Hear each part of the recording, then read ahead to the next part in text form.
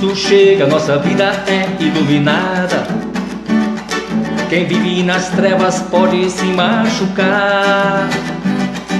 Permita Jesus em seu coração entrar. Ele tudo irá mudar. A luz de sua alma vai acender.